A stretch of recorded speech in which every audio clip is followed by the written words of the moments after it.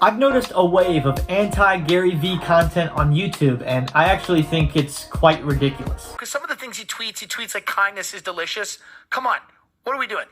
He puts out a little too much content. I think GaryVee is the perfect example of hustle culture taken too far. As a content creator, I think he's unwatchable at this point. Stupid, toxic, and I disagree with it, and I don't like him. Anyway, that's GaryVee for you. Most people bringing criticism are just hardwired not to believe in the principles he advocates for, and are just using Gary's name for clicks. But I think when someone like me is voicing a problem with Gary, it should carry more weight. I would label myself a GaryVee borderline super fan. I've been on his content for at least 5 years now. He's inspired some of my work. I own his books. I have his sticker on my laptop. Heck, I'm wearing one of his shirts today. I'm hardwired to be drawn to Gary's messages, but Gary's got me concerned right now, and before we get to this, let's start with a lesser issue of mine. Gary's claim that everybody needs to create on TikTok. Gary asked this question at the end of his most recent Ask GaryVee show.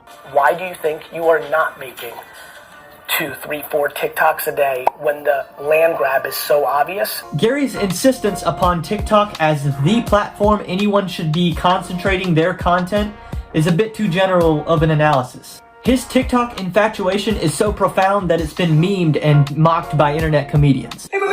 Yeah, how's it going, man? It's good. Look, I want to ask you something. Okay. I'm the storyteller. Yeah, are you on TikTok? I think he's looking at TikTok too much from the VaynerMedia perspective. He talks about how underpriced TikTok attention is.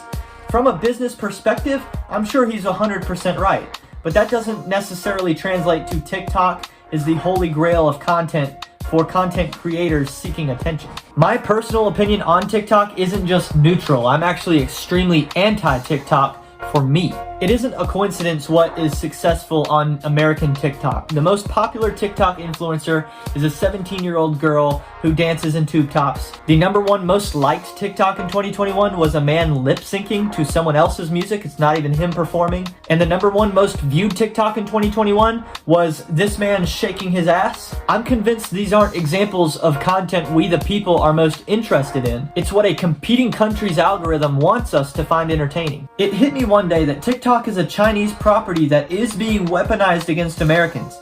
TikTok isn't available in China. There's a similar app created by the same company that created TikTok, but the content that is popular in China isn't what is popular in the States. There you'll find robotics and feats of intellectual excellence being shared and promoted, instead of underage girls and grown men gyrating. It's an intentional design to have Americans watching and trying to become famous doing things on TikTok that don't actually produce anything of value for our society. Unlike GaryVee, I don't want to contribute to that system. Even selfishly, it wouldn't be a good use of my time because my content does have substance to it, and I'm trying to generate honest value to my viewers. TikTok's algorithm would not be at my advantage. So that, Gary, is the answer to your question. But as I alluded to, my real problem right now was what was news to me when Gary made this post on Instagram. On the same day the lady in this picture posted this to her account. Gary and his wife are divorcing, have divorced, I don't know. There's very little reliable information on the specifics, but either way, Gary and his wife have separated, and Gary has made a stereotypical upgrade of sorts with a younger and more attractive lady. I'm not here to judge, but I have life experiences that tell me that this choice of theirs is bigger than the two of them. And Gary has a unique brand surrounding character traits that if he legitimately valued, wouldn't be resulting in his divorce. He's brought this on himself with the type of things he talks about. Gary has a son and daughter ages 13 and 10, almost identical ages to my brother and I when my parents divorced. And what I witnessed from the minor's perspective was divorce becoming one of the most destructive forces I've ever observed. Gary comes from a mother and father he swears by. He talks about how grateful he is to have come from the family he did.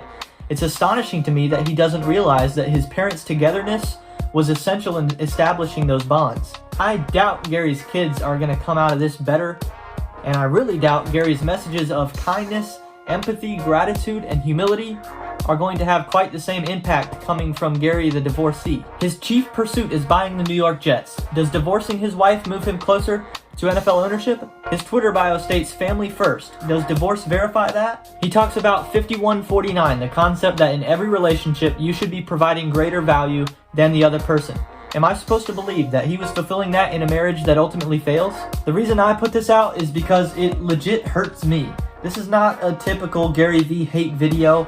I'm going to leave this still rooting for him to change the world. What I think would help is further acknowledgement on Gary's end. He's usually super responsive with people on social media, but from what I've seen, he's pretty much ignoring any blowback he's got on that post. The fact is, this is gonna matter, and the more it matters, the more it continues to matter. And I'm telling you, if divorce is that first domino, especially when you got kids in the house still, you knock that domino over, everything after that, best thing I can describe it as is destruction.